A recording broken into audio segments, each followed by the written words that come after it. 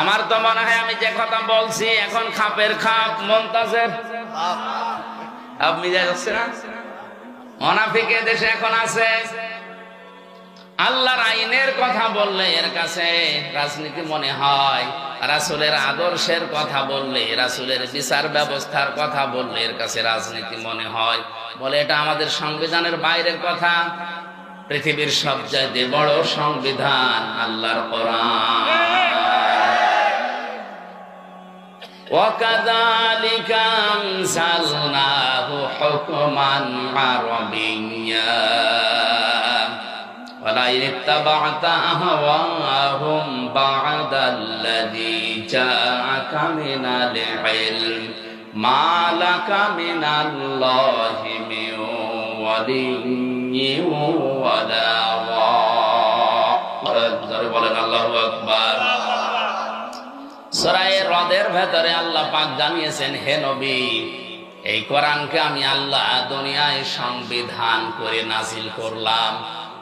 এইটা বাদ দিয়ে কোনো মানুষ যদি মন মস্তিষ্কের তৈরি করা মন মতো আইন কানুন নিয়ম নীতি বানিয়ে পরিবার সমাজ চালাতে চায়, সে কাউকে সাহায্যকারী হিসাবে পাবে না। বলেন নাউজুবিল্লাহ। এই জন্য আমাদের উচিত হচ্ছে, আমরা যেহেতু মুসলিম, আমাদের একমাত্র আদর্শ হওয়ার কথা যার নাম বলেছি উসওয়াতুন হাসানা, দুনিয়ায় কেউ না, মুহাম্মাদুর রাসূলুল্লাহ। আজকের পোস্টারের প্রথমে আপনারা লিখে দিয়েছেন, তোমাদের জন্য রাসূল সাল্লাল্লাহু আলাইহি ওয়াসাল্লামের জীবনে মহত্তম বা সর্বোত্তম আদর্শ লুকিয়ে আছে আল কোরআন। এটা সূরা আহজাবের 21 নম্বর আয়াতের প্রথম অংশে আছে। আমার প্রশ্ন, পরবর্তী শব্দগুলো লিখতে পারতেন। আল্লাহর নবীকে আদর্শ হিসাবে পাবে যাদের ভেতরে 3টা গুণ আছে। কয়টা? আয়াতের পরবর্তীতে আল্লাহ সিরিয়াল করে দিয়েছেন, লিমান কানা ইয়ারজুল্লাহা ওয়াল ইয়াউমাল আখিরা ওয়া যাকারাল্লাহা কাসীরা। এক নম্বরে যে মানুষগুলো লিমান কানা ইয়ারজুল্লাহ, আল্লাহ রাব্বুল আলামিনের দিকে যারা ফিরে আসে, রাজা ইয়ারজু মানে ফিরে আসা। 2 নম্বরে যে মানুষগুলো দুনিয়াতে ওয়াল ইয়াউমাল আখিরা, কিয়ামতে জবাব দেওয়া লাগবে, বিশ্বাস করে। 3 নম্বরে যাকারাল্লাহা কাসীরা, যাদের জীবনে সবচাইতে বেশি আল্লাহর আলোচনা হয়। কার? বলেন বলেন। তাহলে এই বাংলাদেশে 18 কোটি মানুষের জন্য রাসূলুল্লাহ আদর্শ এখনো সবার জন্য হয়নি, কারণ এই 3টা গুণ আমরা অধিকাংশ মানুষের ভেতরে দেখতে পাচ্ছি না। এক কথা বলা লাগবে। আমি শর্ত দিলাম মাওলানা হাফিজকে, আপনি যদি কুষ্টিয়ায় যান আপনার সাথে আমি যাব। শর্ত দিয়েছিলেন আপনি যদি যান। এখন উনি যদি সকালে না যায়, আমার যাওয়ার দরকার আছে। আল্লাহ তাআলা বলেন, উত্তম আদর্শ, সর্বোত্তম আদর্শ তোমাদের জন্য রাসূলুল্লাহ, কিন্তু 3টা গুণ থাকা লাগবে। কয়টা? সবাই বলেন, সবাই বলেন। আপনার ভেতরে আছে কিনা আপনি মিলান। যদি না থাকে, কোরআনে কারীম আমার সামনে সূরা আহজাবের 21 নম্বর আয়াতকে সাক্ষী রেখে বলছি, মরণের পরে বিনা হিসাবে বিনা বিচারে আপনি জাহান্নামে।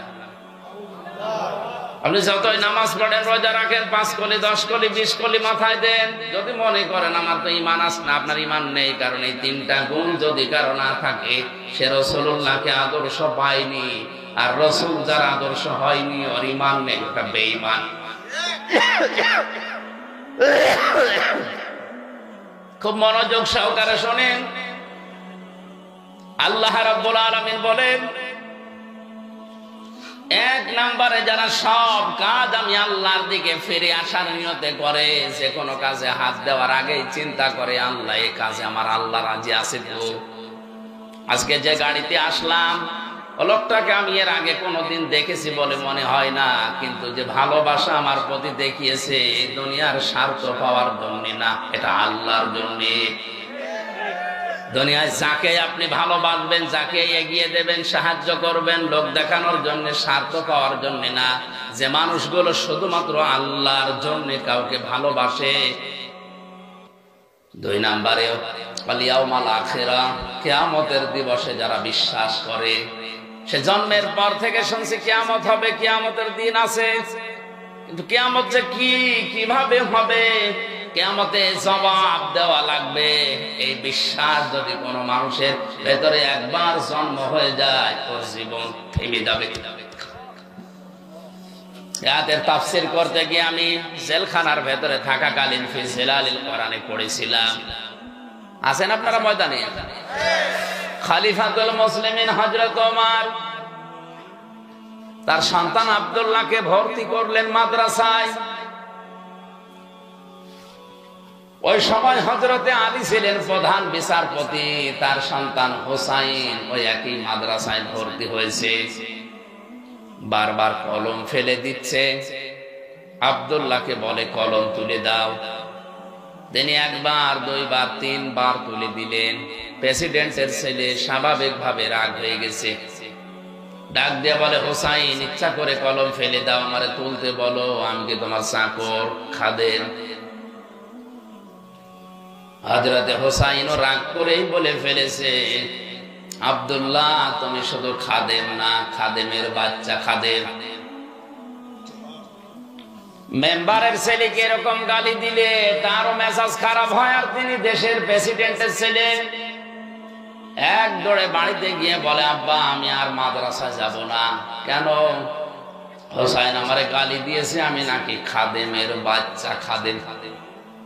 হযরত ওমর বিচক্ষণ মানুষ ছিলেন, ডাক দিয়ে বলে, সন্তান আমি বিচার করব, কিন্তু এখন না, জমার দিন। জমার দিন তিনি খুতবা দিচ্ছিলেন, বক্তব্যের মাঝখানেই তিনি দাঁড়িয়ে বললেন, এখানে হযরত হোসাইন আছে? বলে হ্যাঁ। এদিকে আসো, তুমি আমার ছেলেটাকে গালি দিয়েছো খাদেমের বাচ্চা, চাকরের বাচ্চা বলে? বলে হ্যাঁ দিয়েছি। কেন দিলে? হযরতে হোসাইন বলে, ওমর হাতে মুখে হাত দিয়ে বলেন তো, আপনি কি আমার খাদেম ছিলেন না? হযরত ওমরের কথা বন্ধ হয়ে গেছে, চোখ দিয়ে টপ টপ করে পানি পড়ছে। সাহাবীদের বললেন, নবীর সাহাবীরা, বিচার হয়ে গেছে। ছোট মানুষ তো, আব্দুল্লাহ বসে না, বলে বাবা তুমি তো এখনো বিচার আরম্ভই করনি, হোসাইনকে মারবে না? হযরত ওমর বলে, বাবা যে বিচার করেছি এটা আমার অনেক কাজে লাগবে। হোসাইন তুমি যেটা বললে এটাকে লিখে দিতে পারবে? হ্যাঁ। খেজুর পাতার একটা পৃষ্ঠা, খেজুর পাতার একটা পাতা নিয়ে এসেছে খেজুর গাছের, ওখানে লিখে দিয়েছে, ওমর আমার নানার খাদেম ছিল, এটা আমি দেখেছি, সই করে দিলাম, ইসি হুসাইন ইবনে আলী। যা। হযরত ওমর কাগজটা হাতে নিয়ে মুখে চমা দিলেন, ছেলেকে ডাক দিয়ে বললেন, বাবা মারা যাওয়ার পরে এই কাগজটা আমার কাফনের ভেতরে দিয়ে দিও। কিয়ামতের ময়দানে যদি আল্লাহ আমাকে প্রশ্ন করে আর জীবনের যদি কিছুই কবুল না হয়, অন্তত এই কাগজটা তুলে দেখাতে পারবো, মাবুদ তোমার নবীর নাতি লিখে দিয়েছে আমি নবীর খাদেম ছিলাম।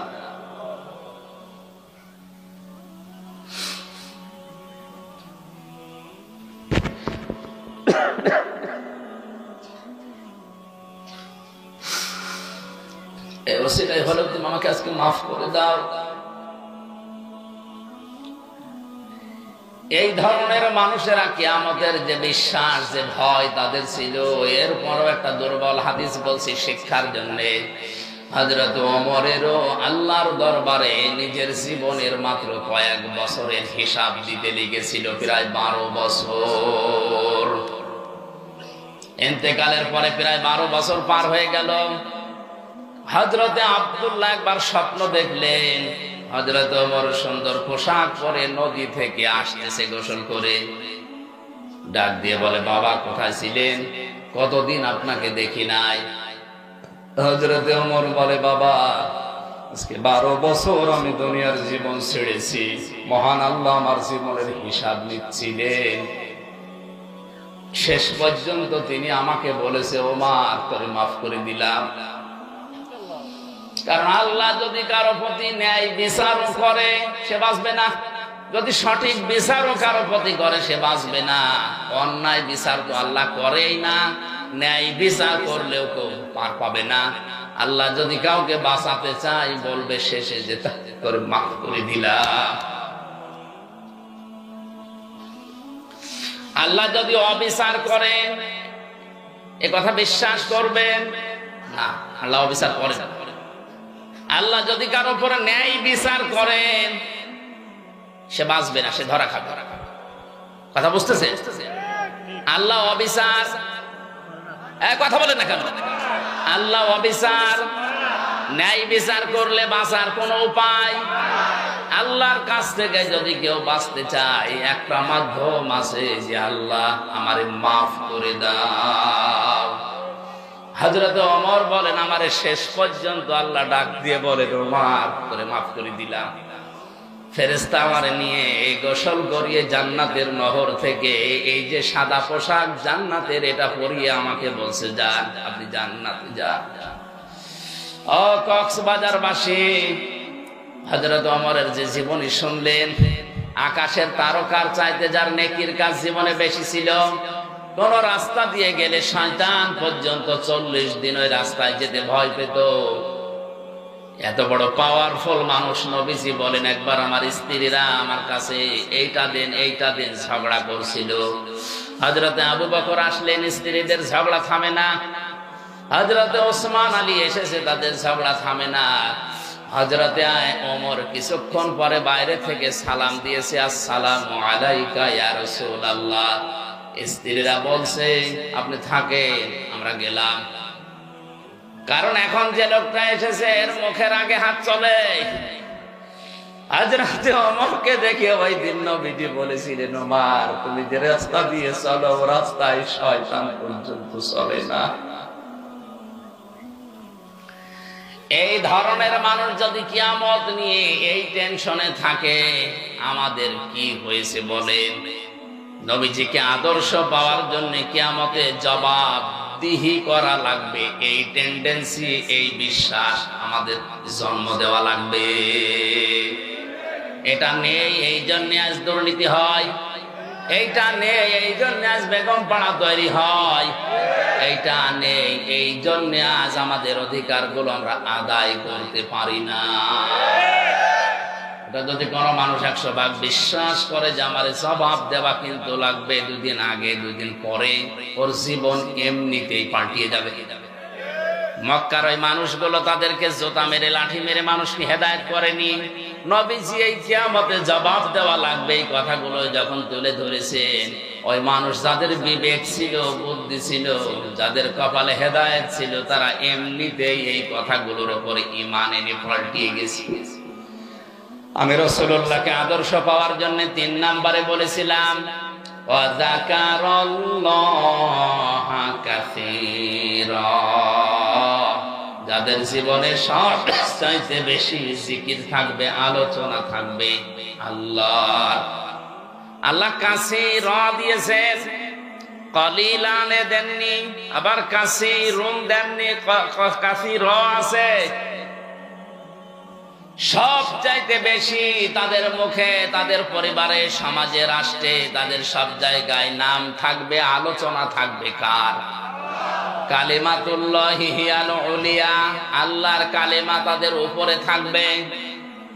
আমার মনে হয় সংসদ ভবন থেকে শুরু করে আমাদের এই ইউনিয়ন পরিষদের অফিস পর্যন্ত সব জায়গায় আল্লাহু আকবার বড় করে লিখে রাখা দরকার, দেখলে আল্লাহর নাম মনে হয়। কিন্তু এগুলো না দিয়ে এমন এমন জিনিস আমরা টাঙিয়ে রাখি, আল্লাহর নাম তো দূরের কথা, কার নাম মনে হয় আল্লাহ জানে।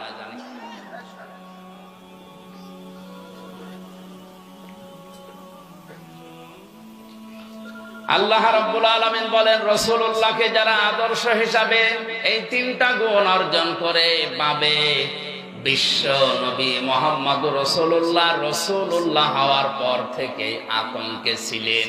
কিসে ছিলেন? বলেন বলেন। 1 থেকে 40 বছর তার সমস্যা হয়নি। 40 থেকে 63, 23 বছরে 82 বার তাকে ডাইরেক্ট হত্যা করার জন্য ইহুদিরা চেষ্টা চালিয়েছে। শুধু চেষ্টায় চালিয়ে শেষ করে দেয়নি, মরণের পরেও তার লাশ পর্যন্ত চুরি করার জন্য তারা ব্যস্ত ছিল।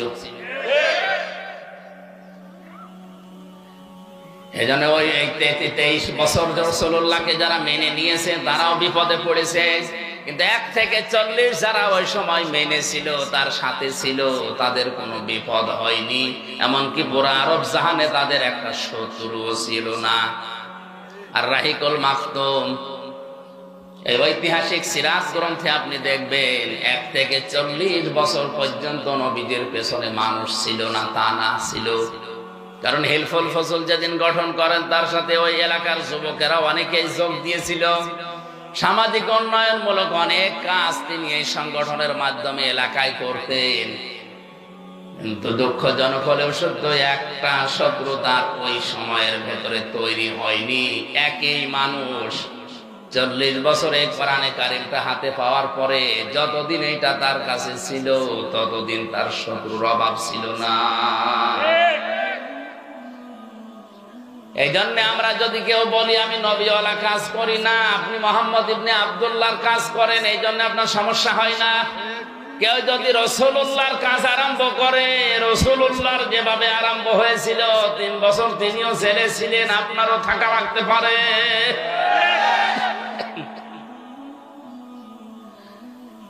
আমাদের উচিত হবে যে আয়াতটা আপনারা লিখে দিয়েছেন, এটা আমাদের বাস্তব জীবনে যদি আমরা সেট করতে চাই, ওই 3টা শর্ত আমাদের মানা লাগবে।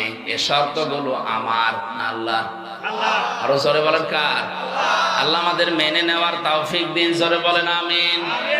আমার আলোচনার বিষয় বলেছিলেন কোন পাপে কোন গজব।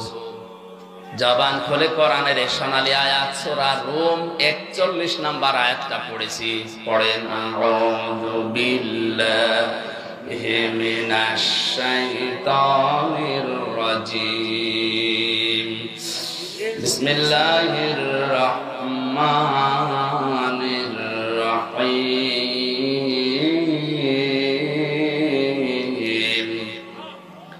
ظهر الفساد في البر والبحر بما كسبت أيدي الناس ليذيقهم بعض الذي عملوا لعلهم يرجعون।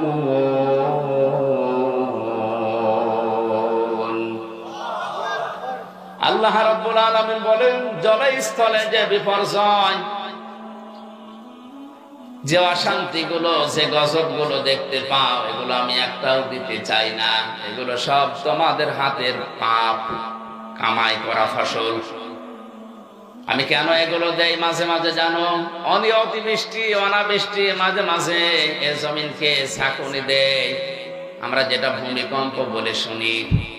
এগুলো কেন করি? লিইউযিকাহুম বা'দাল্লাযী আমিলু, তোমরা যে আমল করেছো, কাজ করেছো, আমল আবার 2 প্রকার।